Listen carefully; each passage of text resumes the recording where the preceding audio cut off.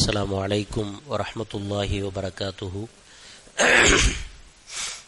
الحمد لله رب العالمين والصلاة والسلام على سيد الأنبياء والمرسلين سيدنا ونبينا ومولانا محمد وعلى آله وصحبه أجمعين. أما بعد، فقد قال الله تعالى في كلامه المجيد والفرقان الحميد: أعوذ بالله من الشيطان الرجيم. بسم الله الرحمن الرحيم.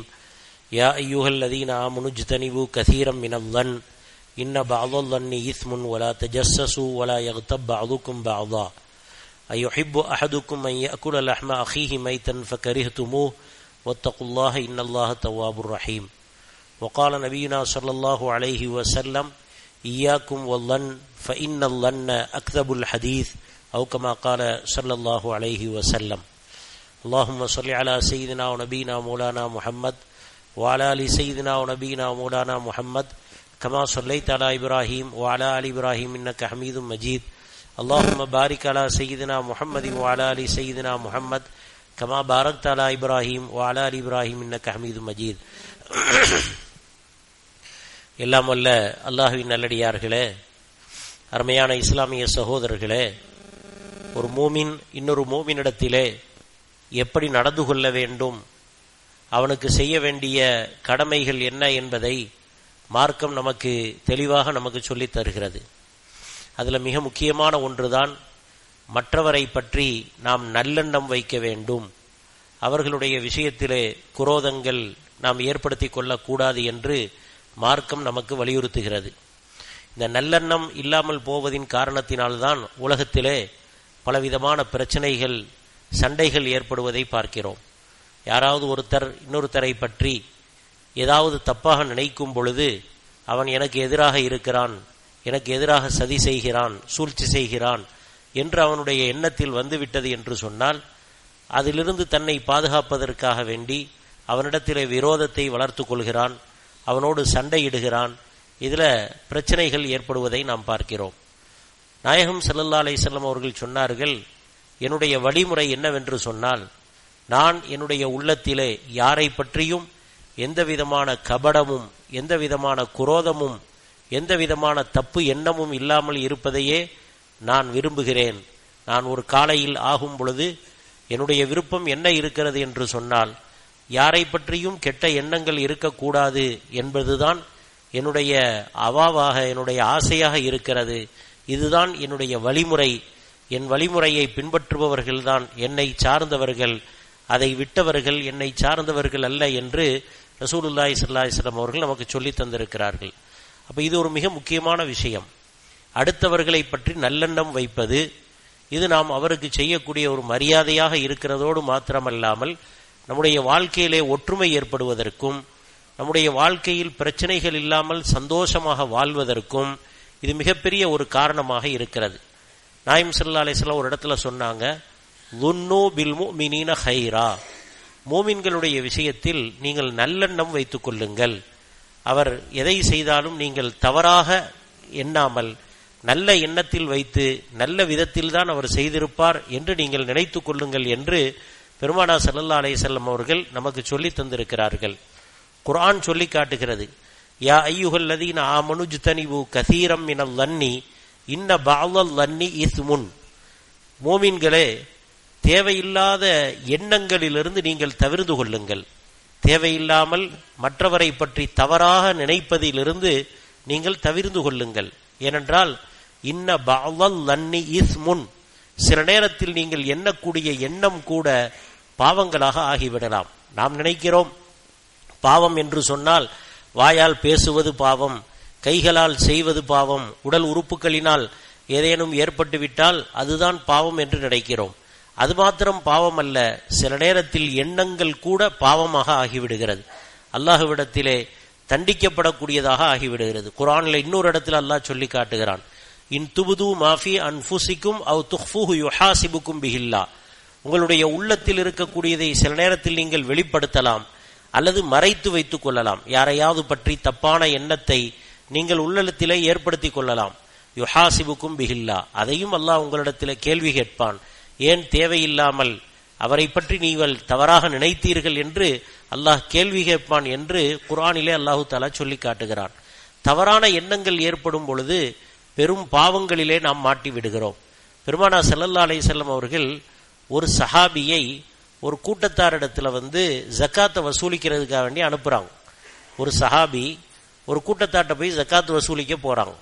அப்படி வசூலிக்க போகக்கூடிய நேரத்திலே அந்த ஊருக்காரங்களுக்கு செய்தி கிடைக்குது, இன்ன ஒரு மனிதர் ஜக்காத்தை வசூலிக்கிறதுக்காக வேண்டி நம்மிடத்துல வருகிறார். நாயகம் ஸல்லல்லாஹு அலைஹி வஸல்லம் அவர்கள் முதலாக தங்களுடைய ஒரு தூதரை அனுப்பி ஜக்காத்தை வசூலிக்கிறதுக்கு ஆள் அனுப்பி இருக்கிறாங்க, நாம் அவரை சந்தோஷப்படுத்தணும், அவரை நல்ல முறையில் கவனிச்சு அனுப்பணும், அவரை நல்ல வரவேற்கணும் அப்படின்னு சொல்லி அந்த கூட்டத்தார்கள் எல்லாம் என்ன செய்கிறார்கள், கூட்டமாக திரண்டு தங்களுடைய ஊருடைய எல்லையில நின்றுகிறாங்க. இப்ப இந்த சஹாபி இப்படி போயிட்டு இருக்கும் போது அவங்க பார்க்கறாங்க, ஆச்சரியமா பார்க்கறாங்க, நான் ஜக்காத்தை வசூலிக்க போகிறேன், கூட்டமா இவங்க திரண்டு இருக்கிறாங்களே. இப்ப அவருடைய எண்ணத்துல தப்பான எண்ணம் வருகிறது. ஒருவேளை எனக்கும் இவங்களுக்கும் முன்னாடி ஒரு பகை இருந்தது, இந்த கூட்டத்தாருக்கு நான் ஒரு துன்பம் கொடுத்திருந்தேன், அதற்கு பழிவாங்கத்தான் இப்படி வந்துட்டாங்க போல தெரிகிறது என்று அவருடைய உள்ளத்திலே கெட்ட எண்ணம் ஓடுகிறது, தப்பான எண்ணம் ஓடுகிறது. தப்பான எண்ணம் ஓடியவுடன் அவர் பயந்து விடுகிறார். எங்க நான் போனா என்ன கொலை செஞ்சிருவாங்களோ, என்ன பிடிச்சி அடிச்சிருவாங்களோன்னு பயந்து நேரா திரும்பி ரசூலுல்லாஹி ஸல்லல்லாஹு அலைஹி வஸல்லம் அவங்கள்ட்ட திரும்பி சொல்லிடுறார். இது மாதிரி யார் ரசூலல்லாஹ், நான் உங்களை ஜக்காத்தை வசூலிக்கிறதுக்கு போனேன், ஆனா அந்த கூட்டத்தார் என்னை தாக்குவதற்கு தயாராக இருக்கிறார்கள். இதை கேட்டவுடன் நபிகள் நாயகம் ஸல்லல்லாஹு அலைஹி வஸல்லம் அவங்களுக்கு உள்ளம் ரொம்ப கவலை அடைஞ்சிருச்சு. நாம் அவர்களை இவ்வளவு கண்ணியப்படுத்தி இஸ்லாத்தை ஏற்றுக்கொள்ள வைத்திருக்கிறோம், அவங்க இந்த மாதிரி நம்முடைய தூதர்களிடத்தில் நடந்து கொண்டார்களே என்று சொல்லி அவர்கள் படையை தயார் செய்து விட்டார்கள். பெருமானார் ஸல்லல்லாஹு அலைஹி வஸல்லம் அவர்கள் அந்த கூட்டத்தாருடன் போரிடுவதற்காக படையை தயார் செய்து விடுகிறார்கள். இப்பதான் அல்லாஹு தஆலா ஆயத்தை இறக்கினான். யா அய்யுஹல்லதீன ஆமனூ இன் ஜாஅக்கும் ஃபாஸிகும் பினபஇன் ஃபதபையனு அன் துஸீபு கௌமன் பிஜஹாலத்தின் ஃபதுஸ்பிஹு அலா மா ஃபஅல்தும் நாதிமீன். யாராவது ஒருத்தர் இன்னொருத்தரை பற்றி, ஒரு கூட்டத்தாரை பற்றி ஒரு செய்தி உங்களிடத்தில் சொன்னார்கள் என்று சொன்னால் ஃபதபையனு, அதை தீர விசாரித்துக் கொள்ளுங்கள். தீர விசாரித்துக் கொண்டுதான் நீங்க அதுக்குரிய நடவடிக்கை எடுக்கணும். அப்படி இல்ல என்ன ஆகும், அன் துஸீபு கௌமன் பிஜஹாலத்தின், அநியாயமாக அறியாமையினால் ஒரு கூட்டத்தாரை நீங்கள் தாக்குதல் தொடுத்து விடுவீர்கள். ஃபதுஸ்பிஹு அலா மா ஃபஅல்தும் நாதிமீன், நீங்கள் செய்த காரியத்திற்கு பின்னாடி நீங்கள் மிகப்பெரிய கைசேதம் அடையக்கூடியவர்களாக மாறிவிடுவீர்கள் என்று சொல்லி அல்லாஹு தஆலா ஒரு ஆயத்தை இறக்கினான். அப்ப இதுல இவ்வளவு பெரிய ஒரு தவறு ஏற்படுவதற்கு என்ன காரணம், உள்ளத்துல இருந்த தப்பான எண்ணம். அவர்கள் மீது இந்த சஹாபிக்கு இருந்த ஒரு தவறான எண்ணம், அந்த தவறான எண்ணத்தினால் தவறான தகவல்களை கொடுத்ததின் காரணத்தினால் பெருமானார் ஸல்லல்லாஹு அலைஹி வஸல்லம் அவர்களும் அவங்களோட சண்டை பிடிக்கிறதுக்கு தயாராகி விட்டார்கள். இப்ப அல்லாஹு தஆலா இதைத்தான் சொல்லி காட்டுகிறான், இது போன்ற எண்ணங்களிலிருந்து உங்களை பாதுகாத்துக் கொள்ளுங்கள். மோமின்களுடைய நம்முடைய குடும்பத்தாராக இருக்கலாம், நண்பர்களாக இருக்கலாம், அவர்களுடைய விஷயத்தில் நல்ல எண்ணங்கள் வையுங்கள். ஒரு மூமினை பொறுத்த வரைக்கும் நமக்கு கெடுதியை நாடமாட்டான், அவன் நல்லதைத்தான் செய்வான் என்ற ஒரு நல்ல எண்ணத்தை நீங்கள் ஏற்படுத்திக் கொள்ளுங்கள். குர்ஆனிலே அல்லாஹு தஆலா சொல்லி காட்டுகிறான், இன்னமல் முஃமினூன இஹ்வத்துன், மூமின்கள் எல்லாம் சகோதரர்களாக இருக்கிறார்கள். ஃபாஸ்லிஹு பைன அஹவைக்கும், உங்களுடைய சகோதரர்களுக்கு மத்தியிலே இணக்கத்தை ஏற்படுத்துங்கள் என்று சொன்னார்கள். இரண்டு சகோதரர்களுக்கு மத்தியிலே, மூமின்களுக்கு மத்தியிலே இணக்கம் ஏற்படுவதற்கு பாடுபட வேண்டும். இணக்கம் ஏற்படுவது நேரத்தில் நபி ஸல்லல்லாஹு அலைஹி வஸல்லம் இந்த அளவுக்கு சொல்லி காட்டி இருக்கிறாங்க. உலகத்துல எந்த நேரத்திலும் பொய் சொல்றதுக்கு அனுமதி கிடையாது. நமக்கு பொய் சொல்றதுக்கு மார்க்கம் அனுமதி கொடுக்கவே இல்லை. பொய் சொன்னால் அதனுடைய துர்வாடையை பார்த்து மலக்குமார்கள் எத்தனையோ மைல் தூரம் ஓடிடுறாங்க. ஒரு மனிதனுடைய வாயிலிருந்து பொய் வந்தது என்று சொன்னால் அதனுடைய துர்வாடையை தாங்கிக் கொள்ள முடியாமல் ரஹ்மத்துடைய மலக்குமார்கள் எத்தனையோ மைல் தூரம் ஓடிவிடுகிறார்கள். ஆனால் ஒரு சில நேரத்தில் பொய் சொல்றதுக்கு மார்க்கம் அனுமதி தந்திருக்கிறது. ஒரு சில நேரத்தில் பொய் சொல்றதுக்கு மார்க்கம் அனுமதி தந்திருக்கிறது. அதுல ஒரு இடம் என்ன அப்படின்னு சொன்னா, கணவன் மனைவிமார்களுக்கு மத்தியில பிரச்சனை ஏற்படாமல் இருப்பதற்காக வேண்டி சில ஆகுமாக்கப்பட்ட முறையில் பொய்களை சொல்லிக் கொள்ளலாம். கணவன் மனைவிக்கு மத்தியில சேர்த்து விடுறதுக்காக வேண்டி, பிரச்சனை வராமல் இருப்பதற்காக வேண்டி, ஒரு மனைவி கொஞ்சம் வேற மாதிரி பேசி இருப்பாள், இருந்தாலும் அதை போய் கணவன்கிட்ட சொல்லாம கணவனிடத்துல நல்ல விதத்துல தான் உன்னை பத்தி பேசுனா என்று சொல்றது, இது அனுமதிக்கப்பட்டது. அதே மாதிரி ஒரு மனைவியை திருப்திப்படுத்துறதுக்காக வேண்டி சில பொய்களை கணவன் சொல்லிக் கொள்ளலாம். மனைவியை திருப்திப்படுத்துறதுக்காக வேண்டி அதற்காக வேண்டி பொய் சொல்லிக்கொண்டே இருக்க வேண்டும் என்று அல்ல, மனைவியினுடைய சந்தோஷத்திற்காக வேண்டி சில பொய்களை சொல்வதற்கு மார்க்கம் அனுமதி தருகிறது. ஒன்று. இரண்டாவது, பாதிக்கப்பட்டவனை பாதுகாப்பதற்காக வேண்டி பொய் சொல்றதுக்கு அனுமதி இருக்கிறது. ஒருத்தன் பாதிக்கப்பட்டிருக்கிறான், அவன் அநியாயமாக யாரோ ஒருத்தன் துரத்தி கொண்டு வருகிறான், அடிப்பதற்கு வருகிறான், இவன் இந்த இடத்தில் தான் ஒளிந்து கிடக்கிறான், நமக்கு நல்ல தெரியுது, இருந்தாலும் இந்த இடத்தில் நமக்கு தெரியாது என்று பொய் சொல்லி அவரை தப்ப வைக்கலாம். மூன்றாவது, 2 சகோதரர்களை சேர்த்து வைப்பதற்காக பொய் சொல்லலாம். 2 சகோதரர்கள் மத்தியில் பிரச்சனை இருக்குது, அந்த பிரச்சனைய இணக்கமாக்கி வைப்பதற்காக வேண்டி ஒருத்தட்ட போய் பேசும்போது சொல்றது, உங்களை பத்தி அவர் நல்ல மாதிரி தான் சொன்னாரு, அவர் இவரை ஏசி இருப்பார், அவரை பத்தி தப்பான வார்த்தையை கூட பயன்படுத்தி இருப்பார், ஆனாலும் கூட அங்க அவர்கிட்ட போய் சொல்லும் பொழுது அவர் உங்களை பத்தி அப்படிலாம் பெருசா ஒன்னும் சொல்லல, உங்களை பத்தி நல்லதான் நினைச்சுக்கிட்டு இருக்கிறாரு, நல்ல விஷயம்தான் உங்களை பத்தி சொன்னாரு என்று சொல்லி 2 பேருக்கு மத்தியிலே இணக்கமாக்கி வைப்பதற்காக வேண்டி பொய் சொல்வதற்கு மார்க்கம் அனுமதி தருகிறது. அப்போ பொய் என்பது எவ்வளவு பெரிய பாவம், ஆனாலும் கூட அதை கூட சொல்லியாவது 2 பேர்களுக்கு மத்தியிலே நீங்கள் இணக்கத்தை ஏற்படுத்துங்கள், பிரிவை உண்டாக்கி விடாதீர்கள், பிளவை உண்டாக்கி விடாதீர்கள் என்று குர்ஆன் நமக்கு சொல்லி காட்டுகிறது. அதே மாதிரி தான் குர்ஆன்ல அல்லாஹு தாலா ஒரு சகோதரனுக்கு நாம் செய்ய வேண்டிய, மூமின்களுக்கு செய்ய வேண்டிய பண்புகளை பற்றி சொல்லி காட்டுகிறான். எப்படி நீங்கள் அவர்களிடத்தில் நடந்து கொள்ள வேண்டும். நம்முடைய வயதில் மூத்தவங்க இருப்பாங்க, வயதுல மூத்தவர்களிடத்துல நீங்க எப்படி நடக்கணும், அல்லாஹு தாலா நாயகம் ஸல்லல்லாஹு அலைஹி வஸல்லம் அவர்களை உதாரணமாக ஆக்கி சஹாபாக்களுக்கு இதை கற்றுக் கொடுக்கிறான். உங்களுடைய பெரியவரிடத்திலே நீங்கள் எப்படி நடந்து கொள்ள வேண்டும். பெருமானார் ஸல்லல்லாஹு அலைஹி வஸல்லம் அவர்களிடத்தில் அல்லாஹ் சொன்னான், சஹாபாக்களை பார்த்து சொன்னான், லா தர்ஃபஉ அஸ்வாத்தகும் ஃபௌக ஸௌத்தின் நபி, நபியினுடைய சப்தத்துக்கு முன்னால் உங்களுடைய சப்தத்தை நீங்கள் உயர்த்தாதீர்கள். அறிஞர்கள் சொல்லி தருகிறார்கள், எப்படி அல்லாஹு தஆலா நபிகள் நாயகம் ஸல்லல்லாஹு அலைஹி வஸல்லம் அவர்களை நாம் கண்ணியப்படுத்த வேண்டும் என்று இங்கே சொல்லி காட்டி இருக்கிறானோ, ஏனென்றால் அல்லாஹ் அவர்களுக்கு அவ்வளவு பெரிய அந்தஸ்தை கொடுத்திருக்கிறான். அதே போன்றுதான் நம்மை விட வயதில் மூத்தவர்கள் இருப்பார்கள், நம் தாய் தந்தையர்கள் இருப்பார்கள், நம்முடைய மூத்த சகோதரர்கள் இருப்பார்கள், அவர்களிடத்திலையும் நாம் மரியாதையாக நடந்து கொள்ள வேண்டும். நம்முடைய சப்தம் நம்முடைய தாய் தந்தையினுடைய சப்தத்தை உயர்ந்து விடக்கூடாது. யார் தன்னுடைய குரலை தன் தாய் தந்தையர்களுக்கு குரலை விட உயர்த்துகிறானோ அவன் நிச்சயமாக அவர்களுடைய மரியாதையை குலைத்து விட்டான். தாய் தந்தையர்களிடத்தில் எப்படி பேச வேண்டும் இதன் மூலமாக அல்லாஹ் நமக்கு சொல்லி காட்டுகிறான். எப்படி நடந்து கொள்ள வேண்டும் இதன் மூலமாக அல்லாஹ் நமக்கு சொல்லி காட்டுகிறான். அதே மாதிரி குர்ஆன்ல பிற சகோதரர்களிடத்தில் எப்படி நடக்க வேண்டும் குர்ஆன் சொல்லி காட்டுகிறது. வலா தஜஸ்ஸசு வலா யக்தப் பஅதுகும் பஅதா, ஒருவர் மற்றவருடைய குறைகளை துருவி துருவி ஆராயாதீர்கள். அவன் என்ன தப்பு செய்யறான், அவனிருந்து என்ன தப்பு கண்டுபிடிக்கலாம் என்று நினைக்காதீர்கள். வலா யக்தப் பஅதுகும் பஅதா, உங்களில் ஒருவர் மற்றவரை நீங்கள் புறம் பேசிக் கொள்ளாதீர்கள். புறம் பேசுவதினால் அவரை பற்றிய கெட்ட எண்ணங்கள் உள்ளத்திலே ஏற்படுகிறது. அவருடைய குர்ஆன் சொல்லி காட்டுகிறது, அய்யுஹிப்பு அஹதுக்கும் அய்யஅகுல லஹ்ம அஹீஹி மைத்தா, உங்களுடைய சகோதரனுடைய அந்த இறைச்சியை, செத்துவிட்ட இறந்துவிட்ட சகோதரனுடைய இறைச்சியை சாப்பிடுறதுக்கு உங்களுக்கு விருப்பம் இருக்குமா? அது எவ்வளவு அசிங்கமான செயல். அது மாதிரிதான் அவரை பற்றி புறம் பேசுவது. நம்முடைய வேலைகள் எத்தனையோ இருக்கிறது, அந்த வேலைகளை நீங்கள் செய்யுங்கள். பிறரை பற்றி நீங்கள் புறம் பேசுவதிலே ஈடுபட்டு உங்களுடைய நன்மையை அழித்துக் கொள்ளாதீர்கள். நாயகம் ஸல்லல்லாஹு அலைஹி வஸல்லம் அவர்களிடத்துல கேட்கப்பட்டது, இந்த மாதிரி புறம் பேசுறதுன்னா என்ன என்று கேட்கப்பட்டது. நபி ஸல்லல்லாஹு அலைஹி வஸல்லம் சஹாபாக்கள் கேட்டாங்க, யா ரசூலல்லாஹ் புறம் பேசுறதுன்னா என்ன? நபி ஸல்லல்லாஹு அலைஹி வஸல்லம் சொன்னாங்க, திக்ருக அஹாக பிமா யக்ரஹ், உன்னுடைய சகோதரனை பற்றி அவன் விரும்பாத விஷயங்களை நீ பேசிக்கொள்வது. உன் சகோதரனை பற்றி அவன் விரும்பாத விஷயங்களை பேசிக்கொள்வது.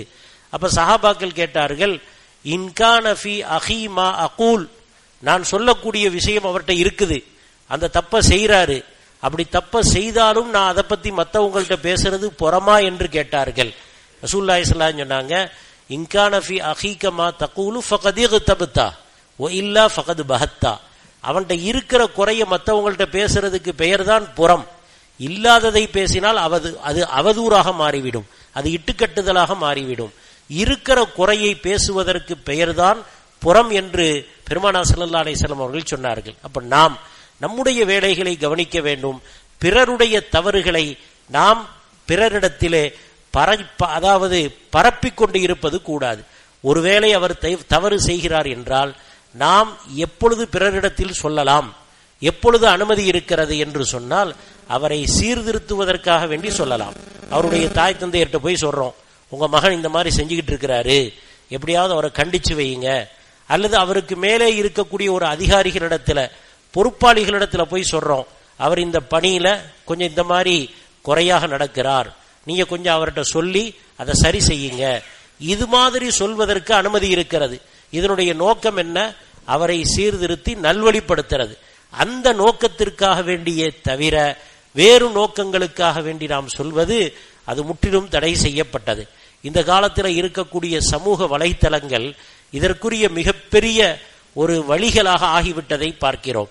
ஏதேனும் ஒரு செய்தி வந்தால் உடனே அதை தீர ஆராயாமல், அதை பற்றி விசாரிக்காமல் உடனடியாக நாம் மற்றவர்களுக்கு அதை அனுப்பிவிடுகிறோம், ஷேர் செய்து விடுகிறோம்.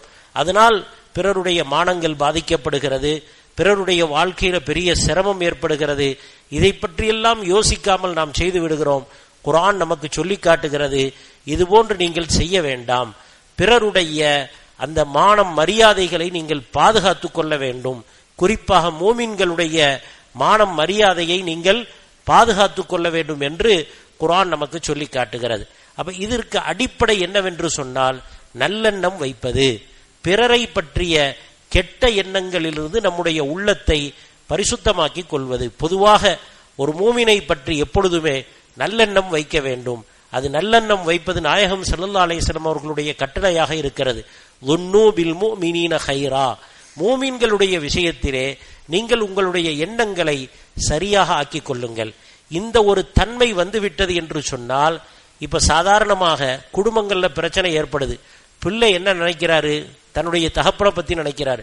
எனக்கு சரியா அவர் செய்யணும்ன்ற எண்ணமே இல்ல போல தெரியுது, எனக்கு சரியா கவனிக்கவே மாட்டிருக்கிறாரு, மற்ற சகோதரர்களை தான் அவர் கவனிச்சுக்கிட்டு இருக்கிறாரு அப்படிங்கிற எண்ணம் பிள்ளையினுடைய உள்ளத்துல விழுந்துருச்சு என்று சொன்னால் தகப்பனுக்கும் பிள்ளைக்கும் மத்தியில பிரச்சனை வந்து விடுகிறது. தகப்பன் என்ன நினைக்கிறார்? பிள்ளையை பத்தி எப்படி நினைக்க ஆரம்பிக்கிறார்? இவன் என் சொல்ல கேட்கவே மாட்டிருக்கிறான், நான் எதை செஞ்சாலும் அதுக்கு எதிராகவே நடக்கணும்னு நினைக்கிறான் அப்படின்னு பிள்ளையை பத்தி தவறு ஏற்பட்டு விட்டது என்று சொன்னால், அந்த எண்ணம் ஏற்பட்டு விட்டது என்று சொன்னால் குடும்பங்களுக்கு மத்தியில பிரச்சனை ஏற்பட்டு விடுகிறது.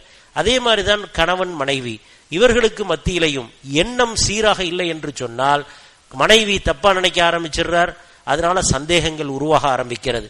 கணவன் மனைவியை பற்றி தவறா நினைக்க ஆரம்பிக்கிறான், சந்தேகம் உருவாக ஆரம்பிக்கிறது. இது போன்ற தேவையில்லாத சந்தேகங்களை விட்டு மார்க்கம் நம்மை தடுக்கிறது. தேவையில்லாத சந்தேகத்திலிருந்து உங்களை நீங்கள் பாதுகாத்துக் கொள்ளுங்கள் என்று நாயகம் ஸல்லல்லாஹு அலைஹி வஸல்லம் சொல்லியிருக்கிறாங்க. எப்போ உறுதியாக தெரிகிறதோ, உறுதியா தெரிஞ்சதற்கு பிறகு அதை பார்த்து கொண்டு சும்மா இருக்கக்கூடாது. கணவன் தவறு செய்கிறான், உறுதியா தெரியுது, மகன் தவறு செய்கிறான், உறுதியாக தெரிகிறது. இப்ப நாம் அதை விடுவதற்கு மார்க்கம் நமக்கு அனுமதி தரவில்லை.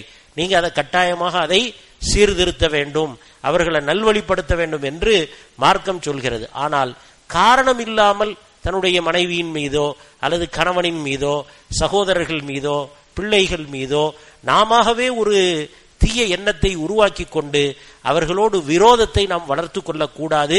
மார்க்கம் இதை நமக்கு நல்ல முறையிலே சொல்லி காட்டுகிறது. அது இப்படி ஏதாவது ஒரு பிரச்சனை இருந்தால் இரண்டு பேர்களுக்கு மத்தியிலே நீங்கள் சரி செய்து விடுங்கள், சுமூகமாக சென்று விடுங்கள், விட்டு கொடுத்து சென்று விடுங்கள் என்றுதான் மார்க்கம் நமக்கு வழிகாட்டி தருகிறது. அப்ப இதற்கெல்லாம் என்ன அவசியம் என்றால் உள்ளத்துல பரிசுத்த தன்மை இருக்க வேண்டும், உள்ளத்துல நல்ல எண்ணங்கள் குடிகொள்ள வேண்டும். நல்ல எண்ணங்கள் எப்பொழுது குடிகொள்ளும்? அல்லாஹ்வினுடைய திக்ர், அல்லாஹ்வினுடைய நினைவுகள் எப்போ நம்முடைய உள்ளத்துல வருமோ அல்லாஹு தஆலா உள்ளத்துல நல்ல எண்ணங்களை உருவாக்குவான். அப்படி இல்லை என்று சொன்னால் தீய எண்ணங்கள், பாவங்களை பற்றிய சிந்தனை நம்முடைய உள்ளத்துல, இன்னைக்கு மனிதர்களுடைய உள்ளத்துல அதிகமா என்ன இருக்குது என்று சொன்னா, குறிப்பா இளைஞர்களுடைய உள்ளங்களிலே பார்க்கும் பொழுது பாவங்களை பற்றிய சிந்தனை, உலகத்தினுடைய அந்த இன்பங்களை அடைவதற்கு ஆசாபாசங்களை எப்படி அடையலாம், அதை எப்படியெல்லாம் நம்ம பொருளாக இருந்தாலும் சரி அல்லது வேறு விஷயங்களாக இருந்தாலும் சரி அதை தவறான முறையில் அடைவதற்குரிய அந்த கற்பனைகள் மனிதர்களுடைய உள்ளத்தில் ஓடிக்கொண்டே இருப்பதை பார்க்கிறோம். ஆனா ஒரு மூமினுடைய உள்ளம் அப்படி இருக்கக்கூடாது. பளிங்கு போன்று கண்ணாடி போன்று தெளிவாக இருக்க வேண்டும். எது ஹலாலோ அதைத்தான் நான் அடைவேன், அதைத்தான் நான் அடைய வேண்டும். எது ஹராமோ அதிலிருந்து முழுமையாக நான் என்னை பாதுகாத்துக் கொள்ள வேண்டும் என்ற எண்ணம் வந்துவிட்டது என்று சொன்னால் பொறாமை குணத்திலிருந்து நாம் தப்பித்து விடுவோம். பொறாமை குணம் வந்துவிட்டது என்றால், பொறாமை குணம் வந்துவிட்டால் மனிதனால் வாழவே முடியாது. மற்றவரை பார்த்து அவன் என்ன மாதிரி தானே இருந்தான், என்னை விட கீழே தானே இருந்தான், இன்னைக்கு அவனுடைய ஸ்டேட்டஸ் எங்கேயோ போயிருச்சே, என்னை விட நிறைய சம்பாதிக்க ஆரம்பிச்சிட்டான், என்னை விட நல்ல போஸ்ட்ல இருக்கிறான் என்று நினைக்க ஆரம்பித்து விட்டான் என்று சொன்னால் இவன் தன் வாழ்க்கையை இவனே பாழாக்கிக் கொள்வதை போன்று.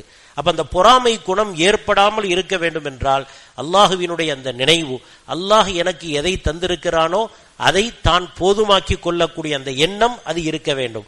அது இந்த நல்ல எண்ணங்களின் மூலமாகத்தான் கிடைக்கிறது.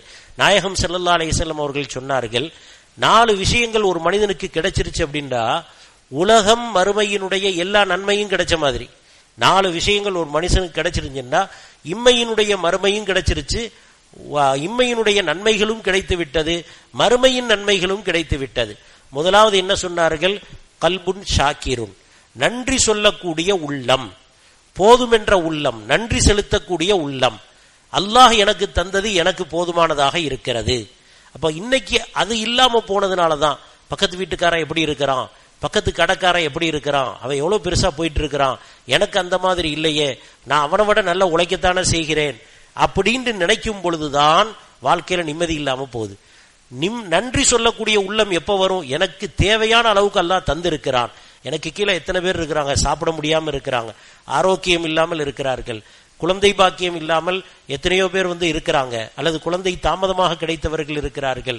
எனக்கு அல்லாஹு தஆலா இந்த பாக்கியங்களை தந்திருக்கிறான். இதை வைத்து அல்லாஹுக்கு சுக்ரு செய்யக்கூடிய அந்த தன்மை வந்துவிட்டால் இது ஒரு விஷயம். இரண்டாவது சொன்னார்கள் லிசானுன் தாக்கிருன், எந்த நேரத்திலும் அல்லாஹுவை திக்ரு செய்யக்கூடிய நாவு, எல்லா நிலையிலும் அல்லாஹ்வின் மீது பாரம் சொல்லி, எதை சொன்னாலும் இன்ஷா அல்லாஹ், எதை கேள்விப்பட்டாலும் அல்ஹம்துலில்லாஹ், இப்படி எல்லா விஷயத்துக்கும் அல்ஹம்துலில்லாஹ், இன்ஷா அல்லாஹ், மாஷா அல்லாஹ், தபாரக் அல்லாஹ், யாருக்கா துவா செய்யும் போது பாரக் அல்லாஹ், இந்த மாதிரி வாய்க்கு வாய் அல்லாஹ் அல்லாஹ் என்று யாரிடத்தில் அந்த நாவில் அல்லாஹுடைய திக்ரு வந்து விட்டதோ இது இரண்டாவது விஷயம். மூன்றாவது சொன்னார்கள் ஒபதனுன் அலல் பலா இசாபிருன், உடலை, அதாவது சிரமங்களை தாங்கிக் கொள்ளக்கூடிய உடல் ஆரோக்கியம், சிரமங்களை தாங்கிக் கொள்ளக்கூடிய உடல் ஆரோக்கியம். ஏனென்றால் சில நேரத்தில் நாம் பார்க்கிறோம், சிறிய வியாதி வந்தா கூட நம்மால் தாங்க முடியாமல் போய்விடுகிறது. ஓரளவு தாங்குவதற்கு அல்லாஹ் நமக்கு உடலை தந்திருக்கிறான், இதுவும் அல்லாஹ்வுடைய பெரிய நிஅமத். நாலாவது சொன்னார்கள் வஸௌஜத்துன் லா தப்கீஹி ஹௌனன் ஃபீ நஃப்ஸிஹா வ மாலிஹி, அவனுடைய மனைவி அவனுக்கு அவனுடைய சொத்திலேயோ தன்னுடைய கற்பு விஷயத்திலேயோ மோசடி செய்யாத மனைவி. இந்த 4 விஷயங்களை எல்லாம் யாருக்கு தந்து விட்டானோ, நன்றி செலுத்தக்கூடிய உள்ளம், திக்ரு செய்யக்கூடிய நாவு, அதே போன்று உடல் ஆரோக்கியமான உடல், மோசடி செய்யாத நல்ல குடும்பம், மனைவி யாருக்கு கிடைத்து விட்டார்களோ, இந்த 4ம் ஒரு மனிதனுக்கு கிடைத்து விட்டது என்று சொன்னால் இம்மை மறுமையினுடைய முழு நன்மைகளையும் அவன் பெற்றுக்கொண்டான் என்று பெருமானார் ஸல்லல்லாஹு அலைஹி வஸல்லம் அவர்கள் சொல்லி இருக்கிறார்கள். அப்ப இதுல மிக முக்கியமான விஷயம்தான் அந்த நன்றி செலுத்தக்கூடிய உள்ளம். அல்லாஹ் எனக்கு தந்திருக்கிறான் போதும் என்ற அந்த மனப்பான்மையை நாம் ஏற்படுத்தி கொள்ள வேண்டும். அந்த மனப்பான்மை வந்துவிட்டது என்று சொன்னால் உள்ளத்துல நன்மை, நல்ல எண்ணங்கள் ஏற்பட்டுவிடும். நாயகம் ஸல்லல்லாஹு அலைஹி வஸல்லம் ஒரு துஆவை படிச்சு தந்தாங்க, அல்லாஹும்ம இன்னி அஸ்அலுக நஃப்ஸம் பிக முத்மஇன்னத்தன் துமினு பிலிகாயிக் வ தர்லா பிகலாயிக் வ தக்னஉ பிஅதாயிக். இந்த உள்ளத்தை எனக்கு தந்திரு யா அல்லாஹ். அல்லாஹும்ம இன்னி அஸ்அலுக நஃப்ஸன் முத்மஇன்னம் பிக, உன்னை கொண்டு திருப்தி கொள்ளக்கூடிய உள்ளத்தை தந்துவிடு. அந்த உள்ளம் எப்படி இருக்கணும்? துமினு பிலிகாயிக், உன்னுடைய சந்திப்பை நம்ப வேண்டும், நாளை மறுமை இருக்கிறது என்று நம்பக்கூடிய உள்ளமாக இருக்க வேண்டும். ஒ தர்லா பிகலாயிக், உன்னுடைய தீர்ப்பை ஏற்றுக்கொள்ள வேண்டும், நீ என்ன விதித்திருக்கிறாயோ அதை ஏற்றுக்கொள்ள வேண்டும். ஒ தக்னஉ பிஅதாயிக், நீ என்ன கொடை தந்திருக்கிறாயோ அதை போதுமென்று ஏற்றுக்கொள்ளக்கூடிய நல்ல மனதை எனக்கு தந்து விடுவாயாக என்று நபி ஸல்லல்லாஹு அலைஹி வஸல்லம் துஆ கேட்டிருக்கிறாங்க. அப்ப இது ரொம்ப மிக முக்கியமான விஷயம். நம்முடைய வாழ்க்கையிலே நிம்மதி வர வேண்டும் என்றால் நம்முடைய உள்ளம் நல்ல உள்ளமாக, குறிப்பாக பிறரை பற்றி நல்லெண்ணம் கொள்ளக்கூடிய உள்ளமாக நாம் இருக்க வேண்டும். நம்முடைய உள்ளத்தை ஆக்கிக் கொள்ள வேண்டும். ஷைத்தான் வஸ்வசாக்களை போடுவான். நம்முடைய அதாவது குடும்பத்தை பத்தி, நண்பர்களை பத்தி, தேவை அல்லது நம் கூட இருக்கிறவங்களை பத்தி தேவையில்லாத சில எண்ணங்களை போட்டு பிரிப்பதற்கு முயற்சி செய்வான். நாம் அவ்வாறு பிரிவினை ஏற்படுத்தி கொள்ளாமல் ஒற்றுமையாக இருப்பதற்கு, இணக்கமாக இருப்பதற்கு நாம் முயற்சி செய்ய வேண்டும். அதற்கு நமக்கு தேவை நல்ல பரிசுத்தமான உள்ளம் இருக்க வேண்டும். மற்றவரை பற்றியும் நல்லெண்ணம், நம் பிள்ளைகளை பற்றி, நம்முடைய அதாவது குடும்பத்தாரை பற்றி, சகோதர சகோதரிகளை பற்றி, நம்முடைய நண்பர்களை பற்றி நல்லெண்ணம் உடையவர்களாக இருக்க வேண்டும். இது குர்ஆன் நமக்கு சொல்லித்தரக்கூடிய ஒரு நல்ல வழிகாட்டுதலாக இருக்கிறது. நம் வாழ்க்கையில் நிம்மதியான முறையில் வாழ வேண்டும் என்றால் நாம் விட்டு கொடுப்புடன், நல்ல எண்ணத்துடன், நல்ல அஹ்லாக் பண்புகளுடன் நாம் இந்த உலக வாழ்க்கையை வாழும் பொழுது அல்லாஹு தஆலா நம் வாழ்க்கையை நிம்மதியாக வெற்றிகரமாக ஆக்கிவிடுகிறான். எல்லா விதமான பரக்கத்துகளையும் அல்லாஹ் தருகிறான். அதன் மூலமாக ஈருலக பாக்கியங்களை பெற்றவர்களாக நாம் மாறிவிடுகிறோம். எல்லாம் வல்ல அல்லாஹு தஆலா அப்படிப்பட்ட நல்ல எண்ணம் உள்ள வாழ்க்கை உடையவர்களாக நம் யாவரையும் ஆக்கியருள்வானாக.